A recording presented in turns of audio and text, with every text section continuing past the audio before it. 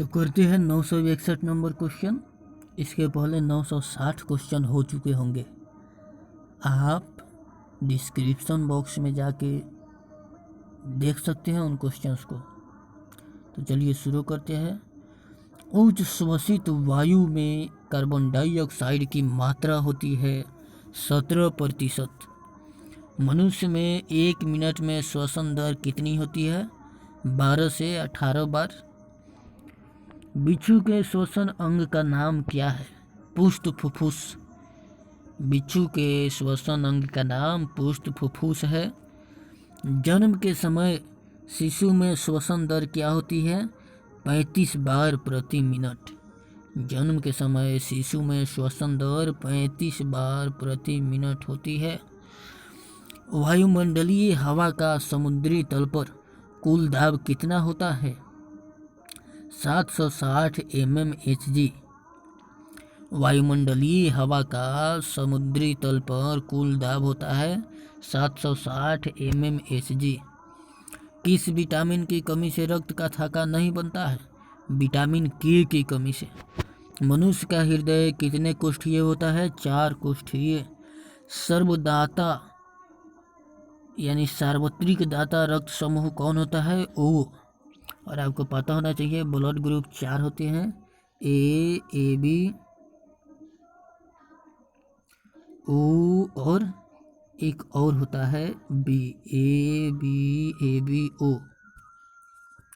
हृदय की स्पंदन की जांच करने की प्रक्रिया कही जाती है ECG। रक्त अम्लीय होता है या क्षारीय? क्षारीय। रक्त का pH मान 7.4 होता है और जिसका भी pH मान 7 से अधिक होता है वह क्षारीय होता है। स्फिग्नोमैनोमीटर से क्या नापते हैं? रक्तदाब यानी ब्लड प्रेशर BP। एंटीबॉडी का अभाव किसमें होता है? रुधिर वर्ग AB में, यानी ब्लड ग्रुप AB में एंटीबॉडी का अभाव होता है। शरीर में रोग प्रतिरोधकता के लिए जिम्मेदार कौन होती है? WBC। शरीर में WBC यानी व्हाइट ब्लड सेल, लाल रक्त कोशिकाएं नहीं, लाल नहीं, श्वेत रक्त कोशिकाएं यानी व्हाइट ब्लड सेल रोग प्रतिरोधक के लिए जिम्मेदार होती है। यानी इनका काम रोग से रक्षा करना होता है शरीर का। इनका काम WBC का काम शरीर को रोगों से बचाना होता है। मूत्र के साथ ग्लूकोज का निकलना किस रोग का संकेत है? मधुमेह का। जी हाँ, मधुमेह में मूत्र के साथ ग्लूकोज निकलने लगता है। मनुष्य के मस्तिष्क का भार कितना होता है? 1400 ग्राम। कोहनी की संधि कहाँ होती है? कोर संधि। मानव शरीर की सबसे छोटी अस्थि कौन है? स्टेपीज भी बोला जाता है। मानव शरीर की सबसे छोटी अस्थि यानी सबसे छोटी हड्डी है स्टेपीज, जो कान में पाई जाती है। और मानव शरीर की सबसे बड़ी हड्डी फीमर, जो जांघ में पाई जाती है।